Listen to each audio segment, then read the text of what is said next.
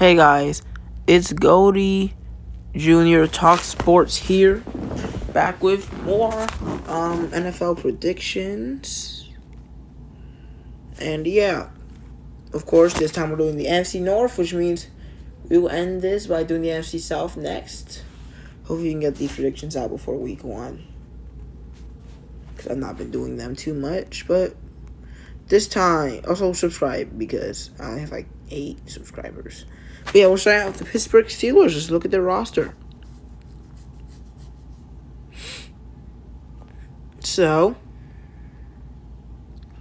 they have a very defensive-focused team, including T.J. Watt, Cameron Hayward, Minka Fitzpatrick, Pat Freiermuth, Patrick Peterson, Najee Harris, Alex Highsmith, Deontay Johnson, who is superstar development, Cole Holcomb, and George Pickens. I think this team is very top-heavy, as you can see.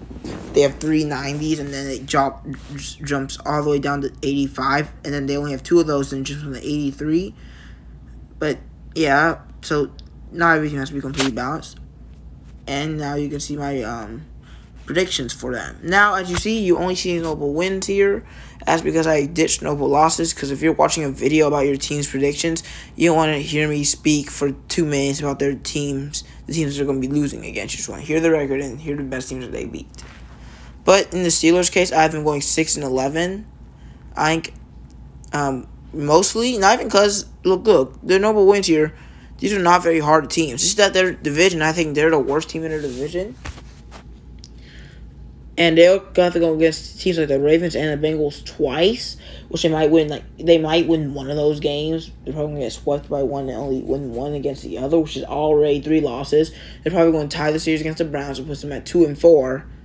Then their schedule is not very hard. These are the three of the easiest games here. So yeah, I see them going 6-11. They could definitely sneak it into an 8-win season, but they're not getting higher than that, especially considering that how strong.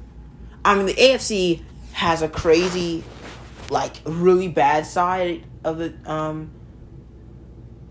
conference with teams like the Texans, the Colts, the Broncos. Then a really good side with teams like the Bills, Bengals, and Chiefs. So yeah, I feel like the worst teams are going to really struggle, because there's a lot of great teams, specifically in the NFC East and NFC West and NFC North, not really the NFC South, though. But yeah, I have the series going 6-11. Notable wins is Week 7 against the Rams. Really, any team can win this one, but the Rams have been losing pieces, like Jalen Ramsey, Bobby Wagner, Odell Beckham. Yeah, so it's going to be hard for them, especially because Matthew Stafford didn't even play the entire year. Kenny Pickett is going to improve. George Pickens is a top 5 player from their last draft class. You might think that's an insult to only call him top 5, but that's probably one. If all those receivers that did good last year, Drake London, Garrett Wilson, Chris Olave, George Pickens, along with Jahan Dotson, Traylon Burks, if they all do good, that's going to be one of the best receiver draft classes of all time. But, yeah, George Pickens is going to fry this team without Jalen Ramsey. I think they get the win here.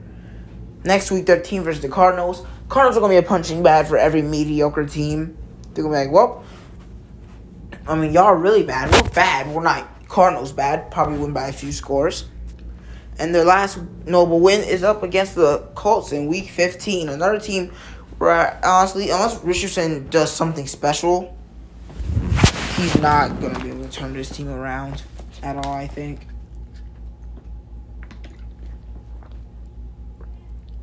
But, yeah, as you see here, these are not the greatest teams, but I don't think I think I have them beating the Patriots too. So yeah, don't worry. They're not gonna go completely. Actually, I think they're gonna take a step in the right. I think they took a step in the right direction. Just that their division is very tough, maybe top 3 in the league division wise, and they're just the worst team out of those divisional teams, which means they're gonna get beat by those divisional teams, which only leaves them with a few other games to win. And I don't think they win too many of those games either. Godly. But yeah, that's my first team. Next team is the Cleveland Browns. Let's get to their team.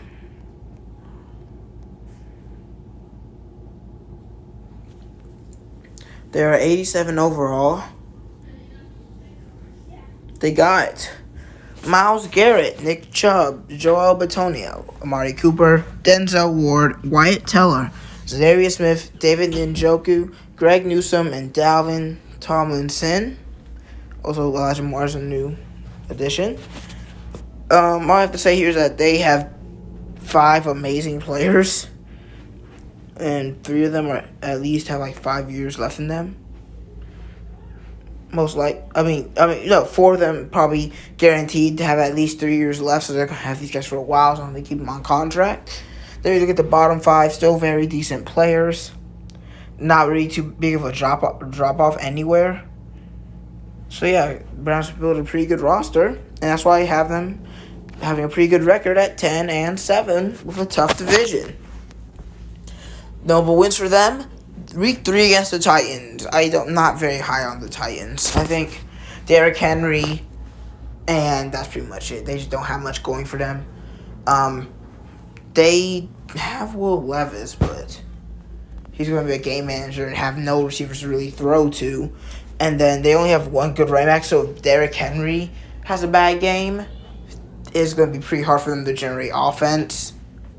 And then their defense isn't nothing right holding them about. They have Christian Fulton and Caleb Farley, but neither of them are taking really the next big step yet.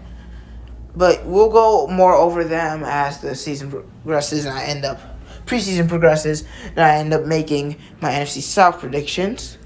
But for now, I'll just say I think the Browns have this game pretty much under control with the Titans' lackluster front 7. But the next one is Week 6 against the 49ers. Now, 49ers are one of the better teams in my predictions. I'll tell you that. They're definitely not bad. But I do have the Browns beating them here. The 49ers are just struggling to find a QB. And if this game ends up in a shootout, I think the Browns will have the edge. Even though Deshaun Watson isn't amazing, they could put in DTR, who's having a great preseason. Have Amari Cooper, who's a better wide receiver than Deebo Samuel, better player. That's a little bit harder to say. Nick Chubb versus Christian McCaffrey, George Kittle versus David Njoku. A lot of good offensive players here. But I will give the edge to the Browns because I don't really trust Kyle Shanahan in close games at all. And we've seen before, voice crack.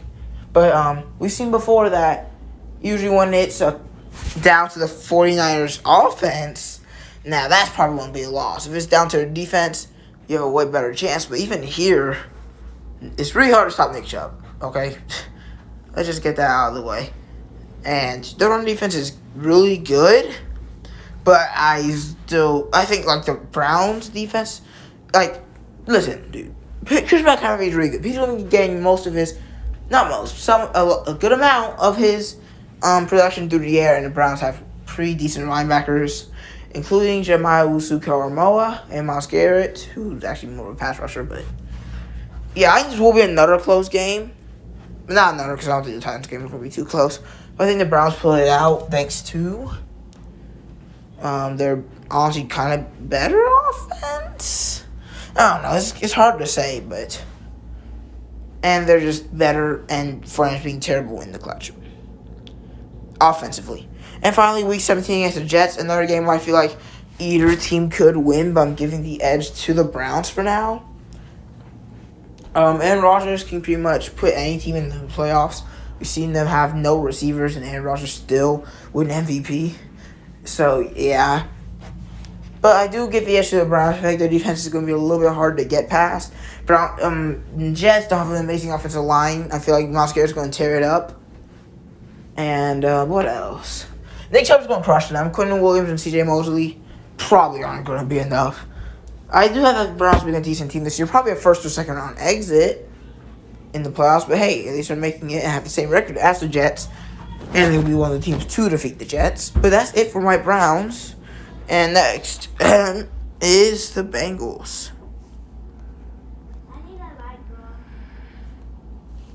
So I'm not using these ratings to say how good a player is. I'm just using them because it's one of the easier ways to just look at their top players. But the Bengals' top players are Joe Burrow, Jamar Chase, DJ Reader, Joe Mixon, T. Higgins, Trey Hendrickson, Chidobe Awuzie, Logan Wilson, Orlando Brown, and Mike Higgins. What? No, that's T. Higgins. T. Higgins is like right there. But Mike Hilton and also Tyler Boyd. And the kicker is Evan McPherson. But I have the Bengals going 13-4.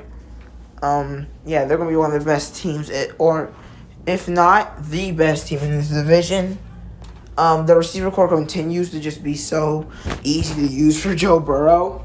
I feel like even a not great quarterback like Taylor Heineke could still squeeze out 10 wins with this team. But some of the notable wins. Week 6 against the Seahawks. Yeah, this probably isn't going to be too challenging. I think the Seahawks are going to be good, and they're probably going to torture this secondary. But I think the Bengals are going to do even better at destroying that secondary than the Bengals will be, and they'll probably get a pretty big shootout victory. Week 9 against the Bills. Either team could win this game, but I'm giving the edge to the Dolphins because we've seen Josh Allen choke more than we've seen Joe Burrow choke. And even though the Bengals did lose Jesse Bates to the best team in the league, the Atlanta Falcons, I think that Stephon Diggs and Gabe Davis just are outmatched by Jamar Chase, T. Higgins, and Tyler Boyd. And also better running back for the Bengals. But yeah, this will probably be a very close game of the week. I'm giving the Bengals the win here, but it could definitely change as we see the first 8 weeks before this game go by. And their final notable win is against the Vikings. Vikings, a lot of people saying are not even going to reach 11-12 wins. We'll see about that, but I don't think they'll reach the victory over the Bengals, who honestly just have a better offense. And their defense isn't too much worse. And honestly, probably a better coach as well. But yeah, the Bengals were a little bit disappointing last year, but I think they will step it up. Probably crush the Browns in the wild card or something. But yeah. This will be probably a great season for the Bengals. And y'all should be excited because your schedule isn't too hard either outside of your division. And I do think even if your schedule is a little bit hard, y'all will probably beat a good amount of those harder teams. Finally, Baltimore. I actually like this a lot more because the videos are a lot shorter because I don't have to talk about the losses for some reason. But, top 10. Dang, what's my 91? But Mark Andrews, and then 3 superstars in a row. Marlon Humphrey, Roquan Smith, who is a new addition, and Justin Tucker. Lamar Jackson, another superstar, Ronnie Stanley. Also Lamar and Mark Andrews are X Factors. If you can't see that giant red X, I think it's not very giant, but you could see it. You can see it. Marcus Williams, Kevin Zeitler, Odell Beckham Jr., who's also a new addition. Michael Pearson, the young Kyle Hamilton, also the best fullback in the league. No, Kyle Juszczyk's probably still the best in the league. But yeah, we also got Patrick Hart here. I have the Ravens going 13-4. Now, it's weird that these two division members tie, but just because it's weird that two division members tie doesn't mean that it doesn't happen. It's happened before. And yeah, I think the AFC is probably going to dominate the NFC in records this year. But yeah, I don't know how the tiebreaker is going to be. I think I made them tie in division matchups too. I don't even know how it goes. Because Vikings have never tied in my lifetime for the division lead. But, Noble win number 1. Week 12 against the Chargers. I have the Chargers being one of the better teams in the league. I think they're going to take a big step and not blow a huge lead against the Jaguars in the playoffs. Maybe they still will, but I got the Ravens pick up the win here. Better defense than the Chargers. Possibly a better offense, but I'm not really too sure on that one. They had a more electric quarterback, I'll say. I think the Ravens are going to smother the Chargers, and this will be a pretty easy win for them, in my opinion. Like, Chargers could be good, but I don't think they're going to be next level good, like Chiefs, Bengals, Bills level good. Week 15 against the Jags, another not amazing team, that the Ravens will probably be like, all right, my defense is amazing. Your offense is average. We win type of deal. And the Jaguars have probably a worse defense than the Chargers, which is going to make it even easier for the Ravens to just kind of outscore them. So that's another win against an AFC team. Wait, what's the week 16 against the Ravens? Oh, God. It doesn't matter that much. I can just find another win for them. Crap. But I just talk about Ravens versus Bengals since I accidentally wrote down Week 16 against the Ravens. I don't even know how that happened. So Ravens and Bengals quarterback, I would give the edge to Joe Burrow. Now I know both quarterbacks are really, really, really, really good, but Joe Burrow's just better. I think Lamar definitely has a chance to be the better quarterback this specific season, and maybe I would choose Lamar as well if I was choosing between quarterbacks. But more skilled, like I feel like Joe Burrow is maybe the number 2 quarterback in the league, and no one really talks about Lamar like that anymore. But let's get on to receivers where Bengals win again. I mean, Odell is good, but he's not going to propel his offense over Jamar Chase, T. Higgins, Tyler Boyd, as we talked about many times before. Odell and, what's that kid's name? Crap. Who's your other receiver guy? Rashad Bateman, pretty obviously, Bengals have a pretty better offense throwing-wise. Let's go to tight end. This one's another easy one. Mark Andrews. I don't even know who the Bengals tight end is. We can look at it. Did they draft one? Maybe. This probably Isaiah Likely's their first one, right? They missed one. Oh, no, this is the Ravens. I'm stupid. All right, let's go to the Bengals.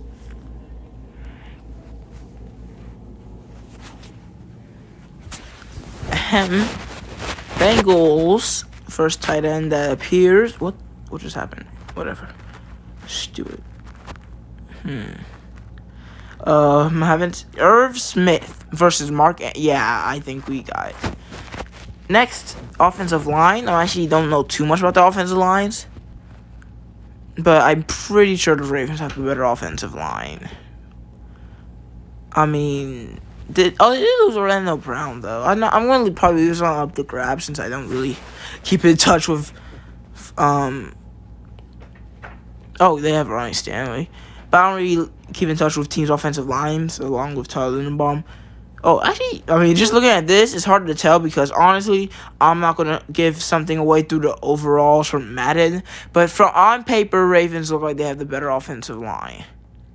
But we will see. Joe Burrow literally got injured because of his terrible offensive line. And Lamar has to run a lot. But I don't know if that's due to his offensive line. I'm going to give it to the Ravens size. 2-2. This is wasting a lot of time. We can just grade entire defenses instead of doing specific things with them. Oh, running back. Bengals. So that's 3-2. Joe Mixon versus J.K. Dobbins. I would be surprised if you picked J.K. Dobbins. Coaching. I don't know. I don't know much about coaches, but I'm pretty sure Harbaugh's better than Zach Taylor. So that's the point for the Ravens. It's 3-3. And for the tiebreaker, it is defense. And if you choose the Bengals here, you're literally lying to yourself. So the Ravens win the position battles 4-3. But yeah, that's a weird way to end the episode, but that's how we're doing it. See you guys next time. This is Goldie Jr. Talk Sports and pretty much anything else that you put down in the comments because I have no ideas. So if you want me to talk about anything, it could be WWE, it could be Madden, it could be what kind of shoes you like. I don't really care. But yeah, I'll talk about it. See you guys later. Don't talk to me ever again.